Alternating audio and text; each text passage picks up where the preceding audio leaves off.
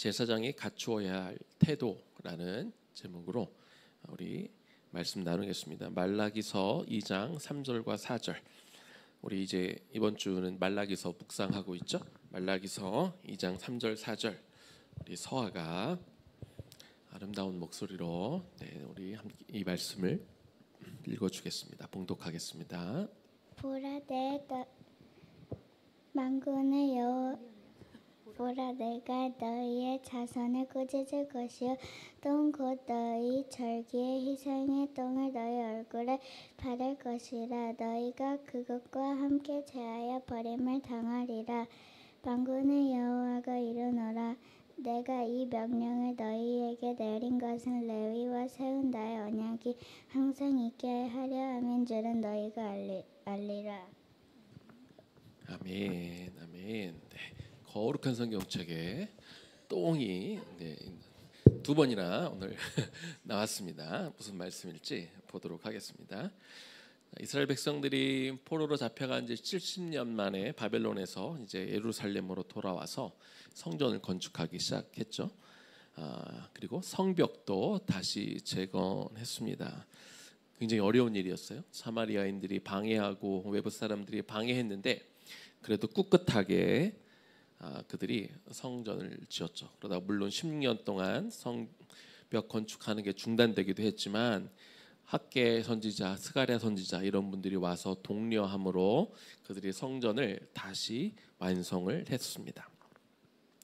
그들이 다시 성전을 짓고 성벽을 지을 땐 그들 마음에 희망하는 게 있었어요. 소망하는 게 있었어요. 뭐냐면 우리가 성전과 성벽만 다시 재건하게 되면 우리가 다시 옛날 다윗 왕 때 그 누렸던 그 영화, 번성 이런 것들이 다시 돌아오겠지 하는 마음으로 그들이 열심히 성전도 건축하고 성벽도 건축을 한 거죠. 그런데 그들이 다 건축하고 난 이후에 그들이 기다렸던 그런 번영, 그들이 기다렸던 어떤 영광 이런 것들이 오지 않았어요. 오히려 그 주변 민족들, 에돔을 비롯한 여러 나라들이 더 이렇게 강하게 되면서 그리고 여전히 이스라엘은 바사의 통제를 받고 있으면서 그래서 도대체 왜 우리는 더 우리가 꿈꾸었던 게 이루어지지 않을까? 하나님을 믿어도 뭐 별거 없네 하는 하나님을 향한 믿음, 신앙이 점점 더 약해져 갔습니다. 말라기서 3장 14절 말씀에 이런 말씀이 있어요. 너무 가슴 아픈 말인데 한번 볼게요. 이는 너희가 말하기를 하나님을 섬기는 것이 헛되니 이렇게 이들이 이야기했어요. 또 만군의 여호와 앞에서 그 명령을 지키며 슬프게 행하는 것이 무엇이 유익하냐? 하나님의 말씀대로 사는 게 뭐가 유익하냐? 그리고 슬프게 행하는 거죠. 슬프게 행한다는 거는 제사를 지낼 때 마치 이제 자기들의 죄 때문에 슬퍼하는 것처럼 사실 이제 진짜 슬퍼하지는 않았어요. 슬퍼하는 척하면서 이렇게 제사를 드려왔던 게 우리에게 무슨 유익이 있느냐 이렇게 이스라엘 백성들이 탄식하고 있었던 거죠. 그들이 제사 드리는 걸 멈추지는 않았어요. 하나님 앞에 계속 제사는 드려왔지만 그러나 마음은 하나님을 떠나서 점점 세상을 향해 가기 시작한 거죠. 그래서 무슨 일까지 벌어졌냐면 그 이방 총독 바사가 임명한 이방 총독에게 막 뇌물까지 바치는 일까지 벌어지기 시작했어요. 한때 선지자들에 의해서 부흥하고 개혁이 일어났지만 다시 이스라엘은 영적인 쇠퇴기로 이렇게 내려가고 있었던 거죠. 자, 어떤 일까지 또 있었느냐? 말라기 1장 8절이에요. 만군의 여호와가 이르노라. 너희가 눈먼 희생 제물을 바치는 것이 어찌 악하지 아니하며 저는 것 병든 것을 드리는 것이 어찌 악하지 아니하냐? 이제 그것을 너희 총독에게 드려보라. 그가 너를 기뻐하겠으며 너를 받아주겠느냐? 자, 8절 말씀만 읽었는데 앞에 7절 말씀을 보면 하나님 앞에 지금 제사 드릴 때 더러운 떡, 이 곰팡이가 핀 더러운 떡을 하나님 앞에 제물로 바쳤대요. 또 이 8절에서 뭐라고 그래요? 제물은 흠 없는 것을 드려야 되잖아요. 흠도 없고 어디 다치지도 않은 것을 드려야 되는데 다리가 부러져서 다리를 저는 것, 병든 것 이런 것들을 희생 제물로 드렸다는 거예요. 그런데 하나님이 지금 뭐라고 말씀하시냐면, 야, 너희 총독에게 이런 거 드리면 너희가 지금 총독에게 뇌물 바치고 있잖아. 그런데 이거를 총독에게 주면 총독이 기뻐하겠어?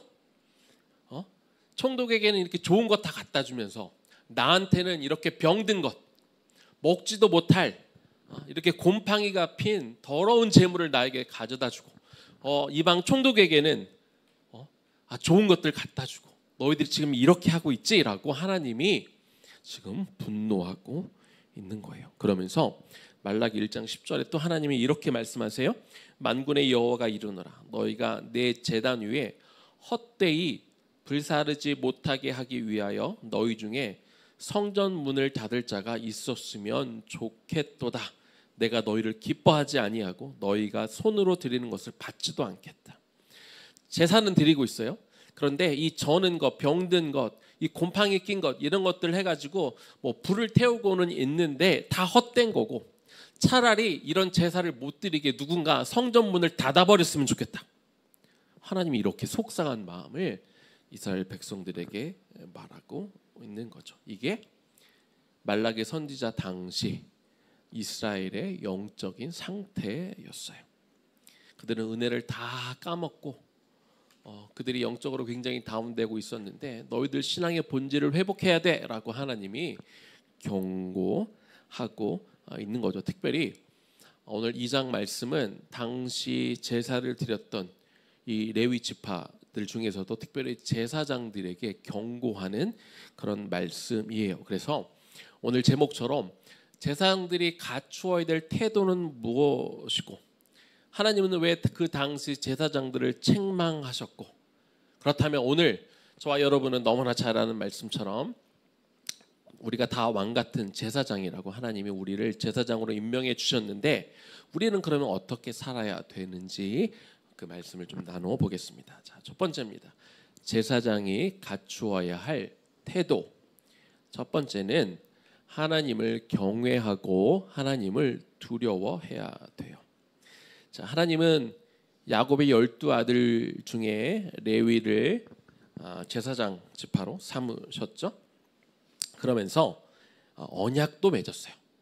그러니까 이스라엘 전체와 하나님의 언약을 맺으셨는데, 특별히 그 중에 레위 지파와는 따로 별도로 언약을 맺으셨어요. 그래서 하나님 앞에서 레위 지파가 바른 신앙을 갖게 되면 이스라엘 전체의 생명을 지켜주고 안전하게 보호하시겠다, 그렇게 말씀해 주셨어요. 또 하나님은 레위 제사장들이 그들이 이렇게 제사를 드리게 될 때 그때 이스라엘 백성들의 죄를 용서해 주시고 이스라엘 백성들을 축복해 주시겠다, 이렇게 약속을 해 주신 거죠.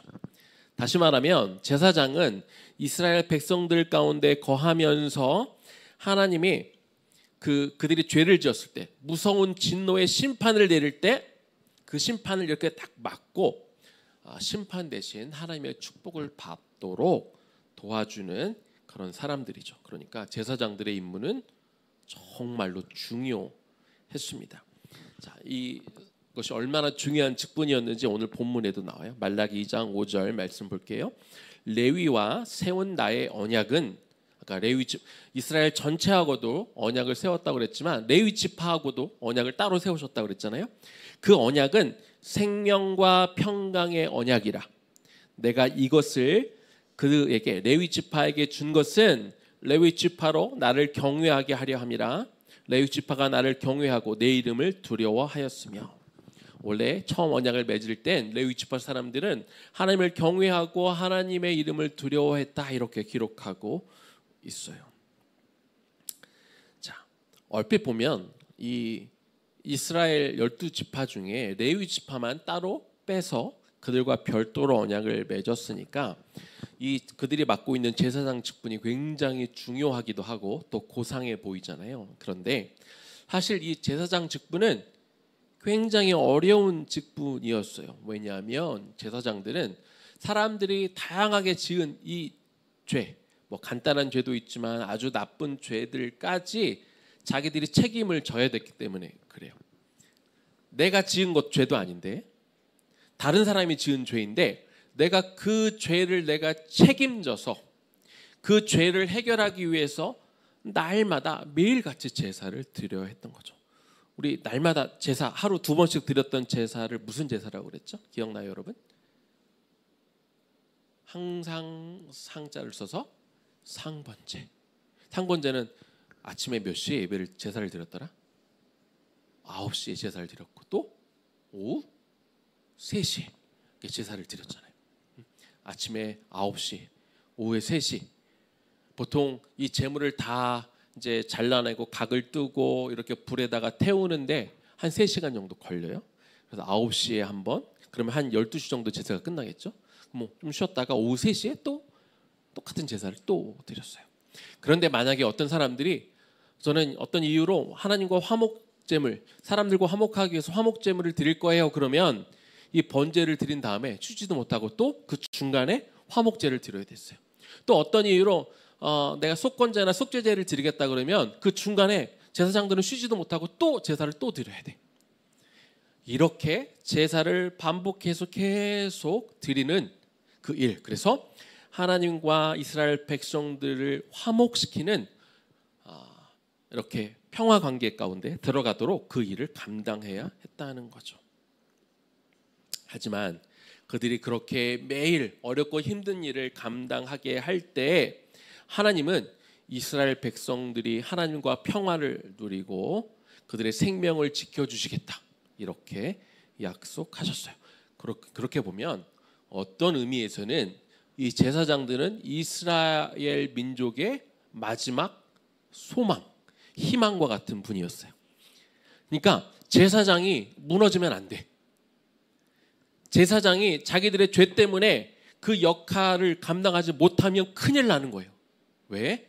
제사장이 그 역할을 못하면 이스라엘 백성들의 죄를 용서받을 수 있는 길이 없어지기 때문에 제사장들은 무너지면 안 되는 사람들인 거예요. 그들이 무너지면 하나님과 일반 백성들 사이의 화목이 깨지고 이스라엘 백성들의 생명을 보존할 수 없기 때문에 그들의 역할은 너무나 중요했던 것이죠. 그래서 제사장의 사명을 이렇게 말할 수 있을 것 같아요. 하나님과 사람 사이의 중보자라고 할 수 있어요. 그런데 중보자라고 그래서 딱 그 중앙에 서 있는 거는 아니에요. 그렇게 또 말하면 안 돼요. 왜냐하면 제사장은 하나님과 사람 사이에 있기는 한데 딱 그 중앙에 있는 게 아니라 사실은 조금 더 하나님 편에 서서 그 일을 해야 돼요. 하나님을 더 경외하고 하나님을 더 무서워해야 돼요. 사람을 무서워하고 하면 안 돼요. 하나님을 더 경외하고 중간에 서 있으되 하나님을 더 경외해야 돼요. 그래서 제사장은 그 하나님 편에 서기 위해서 거룩하게 일반 백성들과 구별되어서 있어야 돼요. 물론 제사장들도 죄를 짓는 사람들이에요. 그래서 자신들의 죄 때문에 자신들이 거룩하지 못해서 그 중간의 역할을 못할까 봐 하나님 앞에 두려운 마음으로, 그래서 제사장들은 제사를 드리기 앞서 먼저 자신의 죄를 씻고 하나님 앞에 섰던 거죠. 그래야만 제사장들이 하나님과 사람들 사이의 중간에 서서 그들의 생명과 하나님과 그들과의 평안을 책임지는 그 역할을 감당할 수 있게 되는 거예요. 그런데 이 말라기 시대 그 제사장들은 하나님을 경외하지 않았다는 거예요. 말라기 2장 2절 다시 볼게요. 만군의 여호와가 이르노라 너희가 만일 듣지 아니하며 마음에 두지 아니하여 내 이름을 영화롭게 하지 아니하면 내가 너희에게, 지금 레위인들한테 얘기하는 거예요. 내가 레위인들 너희를 저주를 내려 너희의 복을 저주하리라. 내가 이미 저주하였나니 이는 너희가 그것을 마음에 두지 아니하였음이라. 그러면서 아까 3절 우리가 읽었던, 서아가 읽어줬던 3절의 말씀이 나오는 거예요. 보라 내가 너희의 자손을 꾸짖을 것이고 너희 절기의 희생의 똥을 너희 얼굴에 바르겠다. 제사장의 얼굴에다가 똥을 바르겠다. 이렇게 얘기하셨어요. 그리고 레위와 언약을 맺었는데 다 그거 취소시키고 너희들 얼굴에 똥을 바르겠다. 사실 그때까지만 해도 일반 백성들은 제사장들이 어떤 사람인지 잘 몰랐어. 목사님 무슨 얘기를 하는 거냐면 그 사람들은 다 거룩한 줄 알았어. 백성들이 보기에는. 그러나 하나님은 그들의 마음을 중심을 보고 있었기 때문에 너희들의 마음에 하나님을 경외하는 마음이 없고 나를 두려워하는 마음이 없어. 그래서 내가 너희들에게 이 희생제물이 무서우니까 막 똥도 싸고 오줌도 싼다 그랬잖아. 이거를 너희 얼굴에다가 발라서 내가 너희들에게 수치를 알게 하겠다. 이렇게까지 경고하고 있는 거죠. 이처럼 하나님을 영화롭게 해야 되고 또 하나님과 일반 백성들 사이에 중보자의 역할을 했어야 되는 이 사람들이 하나님을 경외하지 않았기 때문에 그래서 너희들의 직분도 빼앗고 너희들이 받을 복도 내가 다 빼앗겠다 이렇게 하나님이 경고하신 거예요. 자, 두 번째입니다. 첫 번째는 이들이 하나님을 경외하고 하나님을 두려워했어야 되는데, 자, 두 번째는 정직함으로 하나님과 동행해야 합니다. 자, 말라기서 2장 6절 말씀 볼게요. 그의 입에는 진리의 법이 있었고 그의 입술에는 불의함이 없었으며, 다 과거형으로 써 있네요. 그렇죠? 레위인들이 전에는 진리의 법이 있었었고 입술에도 불의하지 않았었는데 그가 화평함과 정직함으로 나와 동행하며, 레위인들이 한때는 화평함과 정직함으로 하나님과 동행했대요. 이게 제사장이 갖추어야 될 태도예요. 화평함, 정직함으로 하나님과 동행하는 것. 이게 무슨 말일까요? 그들이 하나님을 경외하고 두려워하는 마음으로 정직하게 하나님 앞에 자기의 죄를 고백하면, 자기의 죄를 고백했기 때문에 그래서 하나님과 화평을 이루게 되죠. 그러면 그 죄의 문제가 해결되었기 때문에 하나님과 제사장이 먼저 동행할 수 있게 된다는 그런 의미가 되는 거예요. 제사장도 죄를 지을까요, 안 지을까요? 진이야, 제사장도 죄를 지을까 안 지을까? 제사장도 죄를 지을 수 있어요. 자, 그런데 아까 하나님이 뭐라고 그랬죠? 정직하라. 정직하게 제사장이 하나님 내가 이런 죄를 졌네요. 내가 제사장인데도 이런 죄를 졌어요라고 정직하게 하나님 앞에 나아가면 하나님과 제사장의 두 사람의 관계가 먼저 평화로울 수 있는데 이 하나님의 죄의 분노가 진노가 임하지 않기 때문에 화평을 이룰 수 있는데 그렇게 못했다는 거예요. 제사장이기 때문에 사실 정직하기가 더 어려울 수 있어요. 왜? 나의 신분이 있고 나의 체면이 있어서 내가 정직하지 못한 거를 말하기가 어려울 수도 있어요. 하지만 제사장이기 때문에 어떻게 해야 돼요? 더 죄의 문제에 엄격해야 되고 자신의 죄를 해결하는 데 더 적극적이어야 하는 거죠. 하나님이 우리를 다 보고 계시잖아요. 우리의 마음을 다 알고 계시잖아요. 그러니까 제사장은 자기 역할을 감당하려면 먼저는 자신의 죄를 정직하게 하나님 앞에 고백함을 통해서 자신이 날마다 새로운 사람이 되도록 회개해야 되는 거죠.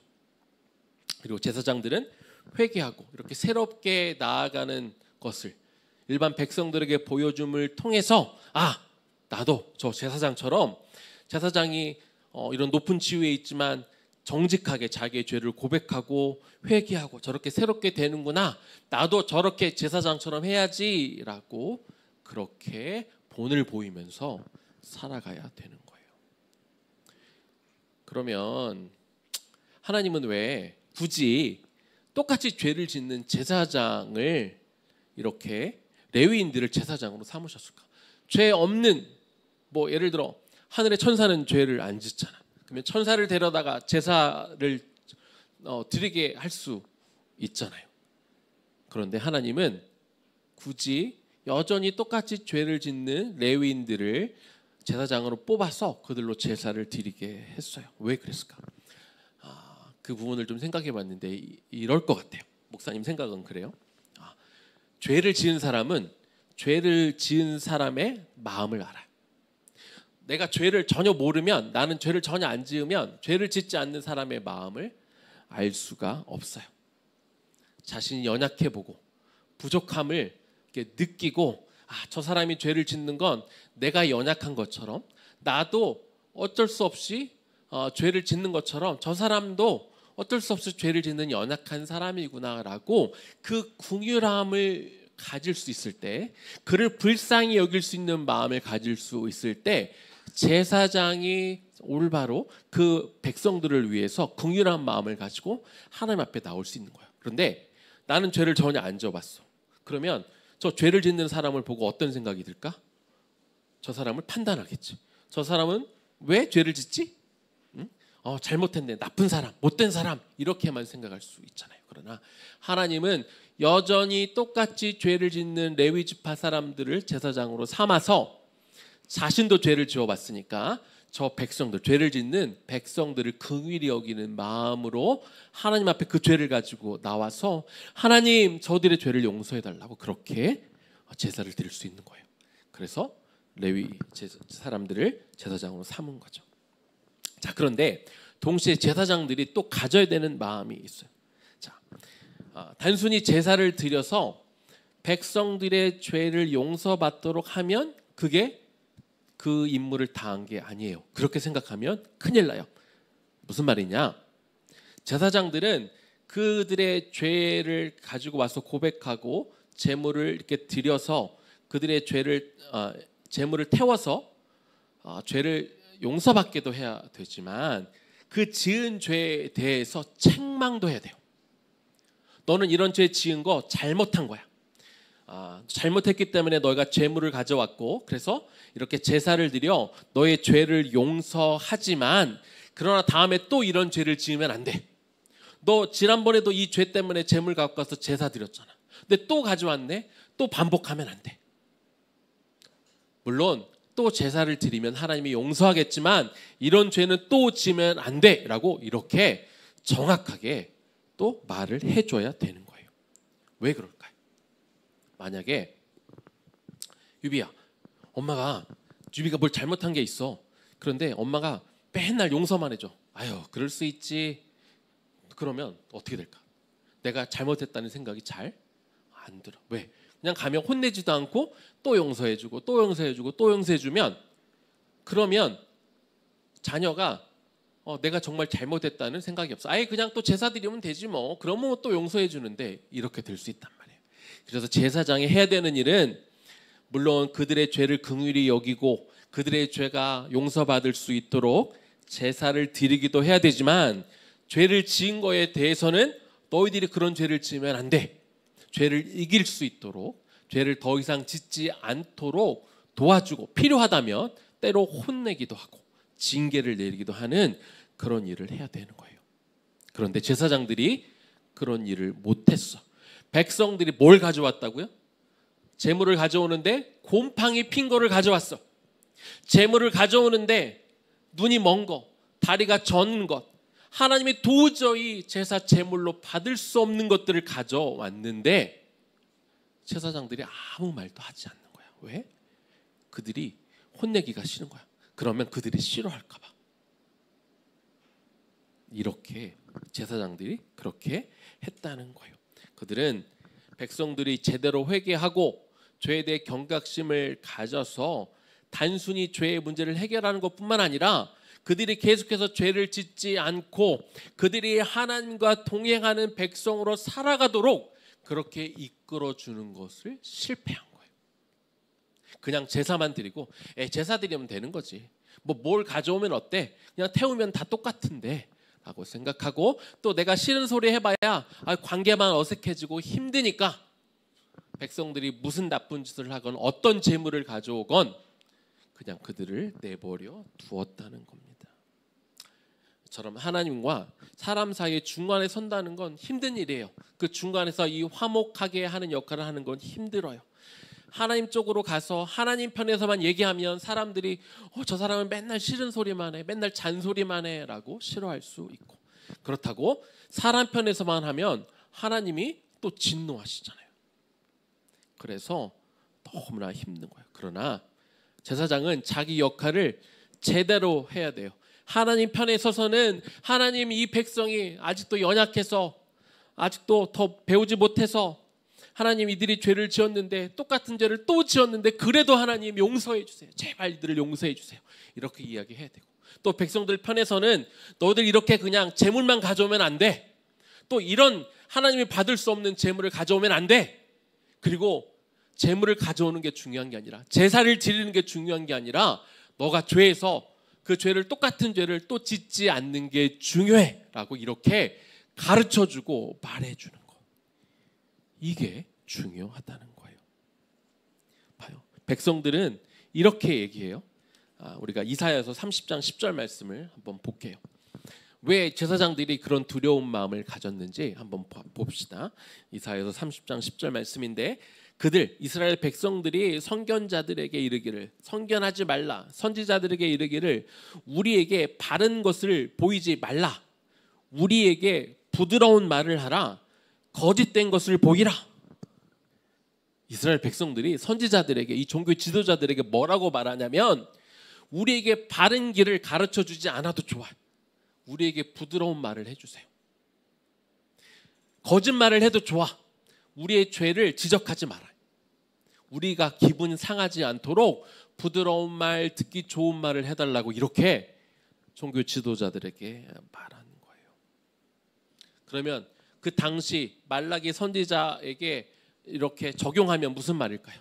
우리가 병든 거를 갖고든 곰팡이 낀 재물을 가져오든 상관하지 말고 우리한테 뭐라고 하지 말고 그냥 받아주세요. 그냥 다 태우면 되잖아요. 당신은 당신 할 일이나 해.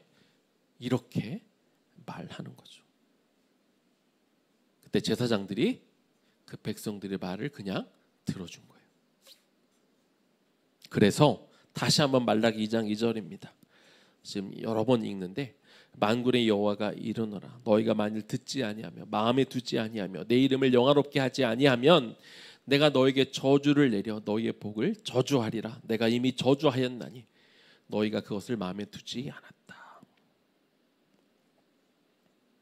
하나님 앞에 제사장들이 자기의 거룩함을 잃어버리고 자기가 맡아야 될 사명을 제대로 감당하지 못하면 이 레위 지파들이 갖는 특권, 그들이 하나님과 특별히 언약을 따로 맺었지만 그 특권이 사라지는 거죠. 그들이 먼저 정직하게 하나님 앞에 나와서 왜 이스라엘 백성들이 이렇게 바뀌었을까? 본을 보여야 했다는 제사장들이 자기의 죄에 대해서 정직하지 않았고 하나님 앞에 제대로 회개하지 않았고 그들이 하나님과 동행하며 살아가는 모습을 보여주지 못하니까 그것들 백성들에게 제대로 가르쳐주지 못하니까 이스라엘 백성들도 그렇게 살아간 거예요. 이제 말씀을 마무리하겠습니다. 이처럼 레위인들이 제사장들이 하나님을 두려워하지 않고 경외하지 않고 하나님 앞에 정직하게 나오지 않다 보니 하나님은 그들과의 언약을 깨시겠다 이렇게 말씀하셨어요. 그런데 레위인과 언약은 깨지만 언약 자체는 남아있을 것이라 이렇게 말씀하셨어요. 무슨 말이지? 레위 지파하고 언약은 깨는데 어떻게 언약 자체는 남아있다. 이게 무슨 말이냐면 레위 지파는 이제 더 이상 이제 말라기 선지자 이후 예수님이 오신 이후 이제 더 이상 제사장은 존재하지 않죠. 그러나 그 역할은 제사장의 역할은 누군가 계속 감당하도록 하겠다. 꼭 레위인이 아니어도 그들은 하나님과의 약속을 깼기 때문에 꼭 너희가 아니어도 누군가를 통해서 너희들이 했던 그 사명은 유지되도록 하겠다. 누가 하는 걸까? 베드로전서 2장 9절. 우리 이 말씀은 다 같이 한 목소리로 읽겠습니다. 시작. 그러나 너희는 택하신 족속이요 왕 같은 제사장들이요 거룩한 나라요. 네, 여기까지만 읽을게요. 저와 여러분 예수 그리스도를 믿는 모든 사람이 이제 레위 지파 제사장들을 대신해서 너희가 왕 같은 제사장의 역할을 감당해라 이렇게 말씀해 주고 있어요. 자, 우리에게 이런 특권이 있어요. 과거 제사장들이 하나님과 인간 사이에 서서 그들의 죄를 하나님이 심판하려고 할 때 제사장이 중간에서 막아서 그들의 제사를 온전히 드림을 통해 하나님의 심판이 하나님의 진노가 당신의 백성들에게 임하는 것을 막는 그런 특권을 받았다면 저와 여러분에게도 그 특권이 주어진 거예요. 그래서 여러분들이 아직 잘 하나님을 모르는 사람들 사이에 서서 그들을 위해 중보하고 그들을 권면할 때 하나님이 그 사람들에게 임할 진노를 막아주는 그 놀라운 일들을 저와 여러분을 통해 하나님이 하시겠다는 거예요. 자, 다시 한번 제가 목사님이 초반에 이야기했어요. 말라기서에서 왜 하나님은 그렇게 제사장의 역할을 중요하게 여겼을까? 하나님과 이스라엘 백성들 사이에 중재자가 되어서 그들이 죄로 인하여 심판받고 멸망하고 죽을 수 있는 위기, 그것들을 막을 수 있는 생명줄이기 때문에 제사장의 역할이 중요하다고 말씀하셨어요. 이 세상에 희망이 다 없어져 보여도 여러분이 제사장의 역할을 감당한다면, 우리 교회가 제사장의 교회 역할을 감당한다면, 그래서 다른 사람들에게 그들이 죄를 짓고 있는 것에 대해서 가르쳐주고 돌이키라고 말해주고 어떻게 바르게 사는 것인지를 우리가 먼저 모범을 보여주는 그런 삶을 살아간다면, 개인으로서의 제사장, 교회로서의 제사장, 그 역할을 감당한다면, 그러면 내 옆에 있는 식구들, 아직 믿음이 어리고 아직 하나님을 잘 모르고 하나님을 알아도 교회를 다녀도 제대로 믿지 않는 그런 사람들에게 저와 여러분이 생명이 될 수 있는 거죠. 희망이 될 수 있는 거예요. 저와 여러분은 왕 같은 제사장입니다. 이 세상에 희망이 있다면 여전히 이 세상에서 제사장의 역할을 하는 사람이 있기 때문이에요. 그 역할, 여러분이 제사장의 책무를 제대로 감당하면 우리의 다음 세대들에게 여전히 희망이 있습니다. 내가 맡겨준 이 제사장, 왕 같은 제사장이라는 말을 그냥 어떤 형식적인 어떤 지위라고 여기지 않고, 우리가 그 역할을 감당함을 통해서 세상에 희망을 주고 세상을 살리고 영혼들을 구원하는 그 역할을 감당하는 하나님의 사람들로 살아가기를 주님의 이름으로 축복합니다. 우리 들은 말씀 기억하면서 우리 주 앞에 나와 제사를 드리네, 우리 그 찬양 하나님 앞에 올려드리고 기도하겠습니다.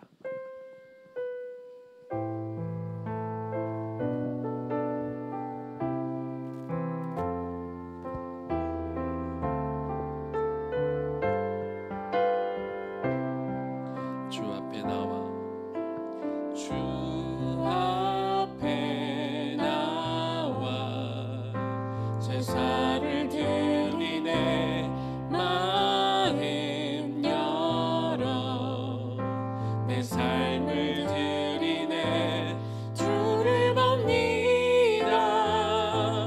끝없는 사랑 나 회복시키네. 다시 한번 할까요? 주 앞에 나와, 주 앞에 나와 제사를 드리네, 마음 열어 내 삶을 드리네, 주를 봅니다. 끝없는 사랑 날 회복시키네. 이제는 들어주보네, 그 능력 날 새롭게 해, 주님의 사랑 날 만지시니 내 모든 두려움 사라져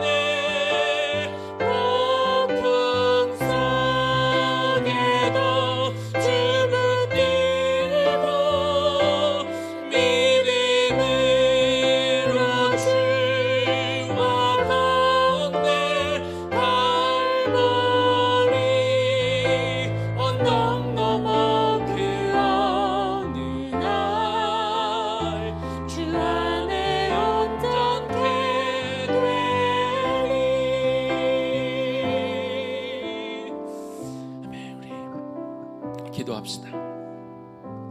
말라기 시대에 하나님은 제사장들에게 주었던 그 특권을 다 가져가시겠다고 했죠.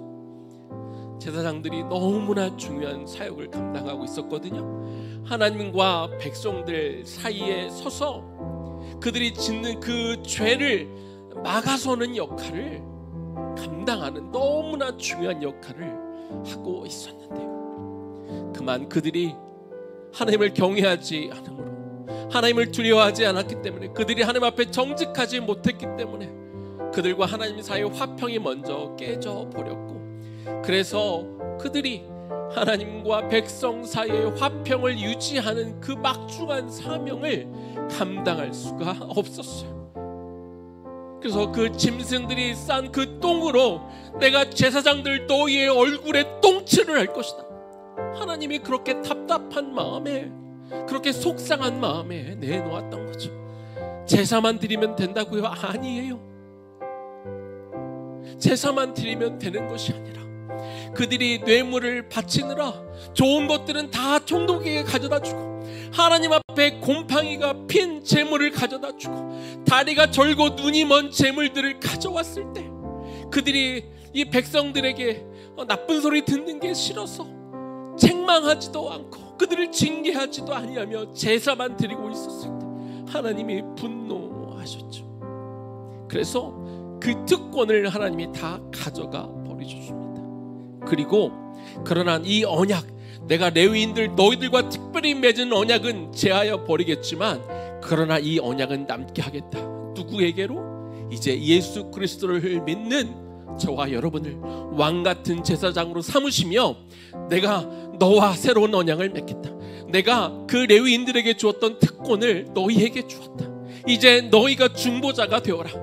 하나님과 이 세상에 아직 하나님을 알지 못하며 여전히 범죄하는 사이를 너희가 막아서라. 그들을 구원하는 자가 되라. 그들에게 내리는 진노를 막아서는 자가 되라. 이 막중한 사명을 이 시대에 저와 여러분에게 주신 것이죠. 이거를 소홀히 여기면 안 돼요. 이거를 정말 중요한 이 권세를 내가 하나님 가지고, 아버지 하나님, 내가 막아서는 자가 되겠습니다. 내가 중지하는 자가 되겠습니다. 이 사명을 감당하는 주의 종으로 내가 살겠습니다. 이렇게 하나님 앞에 결단하며 기도하는 시간이 되면 좋겠습니다. 기도하겠습니다. 하나님, 이 시간 기도합니다. 하나님, 하나님께서 그 레위인들에게 너무나 중요한 사명을 맡기셨습니다. 하나님과 그 백성들 사이에 하나님의 진노를 막아설 수 있는 그들의 유일한 희망이었습니다. 그들이 생명줄이었습니다. 그런데 하나님, 당시 말라기 시대 레위인들은 그 사명을 중요하게 여기지 않았습니다. 자기들이 먼저 본을 보이지도 못했습니다. 하나님은 그 이스라엘 백성들, 눈먼 것들을, 저는 것들을 가져오는 그 백성들을 향해 훈계하지도 못했습니다. 감히 하나님 앞에 가져온 재물, 곰팡이 핀 것들을 가져오는 그 백성들을 향해 아무 말도 하지 못하고 그냥 제사만 드리면 되지 않은 마음으로 그렇게 자신들의 임무를 소홀히 하고 그렇게 이스라엘이 무너져 내리는데도, 하나님이 그 생명이 꺼져가고 있는데도 그들은 바라만 보며 아무것도 하지 못하는 무기력한 제사장들이었습니다. 하나님은 이제 그들과 맺은 언약을 깨셨습니다. 그러나 그 언약은 남겨두시며 그 언약을 예수 그리스도를 믿는 우리 모두에게, 크리스찬들에게, 우리 은혜 남은 성도들에게 이 일을 맡기셨습니다. 네가 중보자가 되라. 네가 왕같은 제사장이 되어 아직 하나님을 모르는 자, 그래서 하나님을 경외하지도 않고 두려워하지 않는 자들 앞에 서서 내가 그들에게 내릴 진노를 너희가 막아서는 자가 되라. 우리에게 그 사명을 말씀해 주셨고, 그들이 죄 가운데 거할 때 이것이 잘못된 것이고 이것이 틀린 것이라고 말해줄 수 있는 사람, 이것들이 잘못된 것이라고 꾸짖을 수 있는 사람이 되어라고 하나님 우리에게 그 사명을 맡겨주셨습니다. 하나님, 이 사명이 얼마나 중요한지요. 하나님, 이 신약시대에도 하나님 우리에게 내려주신 이 사명이 얼마나 중요한지요. 하나님, 이 사명의 중요성을 알게 하여 주시고, 하나님 나에게도 이 직분을 맡겨주셨기에 하나님 내가 이 직분을 감당하는 자가 되겠나이다. 하나님, 내가 이 직분을 마음에 품고 하나님의 말씀대로 언약대로 그 진노를 막아서는 자가 되겠나이다. 하나님, 우리가 이 시대의 희망이 되겠나이다. 하나님, 우리 교회가 이 시대의 소망이 되는 그런 교회가 되겠나이다. 하나님, 그렇게 결단하며 나아감을 통하여 온전히 하나님 앞에 우리 인생을 기쁘게 내어드릴 수 있는 우리 각 개인, 우리 목회자, 그리고 우리 교회, 우리의 남은 공동체 될 수 있도록 하나님 그렇게 인도하여 주옵소서.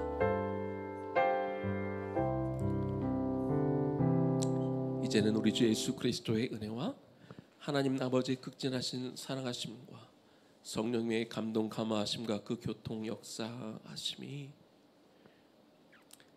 그 중간에 서는 역할은 너무나 힘들지만 그러나 하나님을 경외하고 하나님을 두려워한 마음으로 이 시대에 이 백성들에게 내릴 수 있는 그 진노를 막아설 수 있는 그 역할을 내가 감당하겠나이다.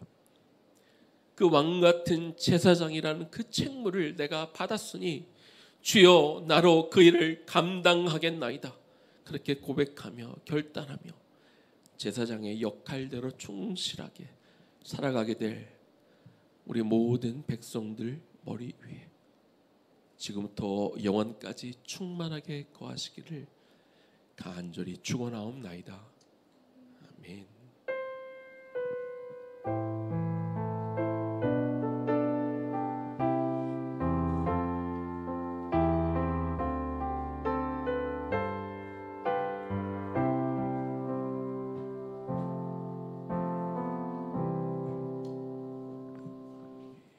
앞으로도 계속 제사장의 책무를 감당하며 살아갈 수 있기를 축복합니다.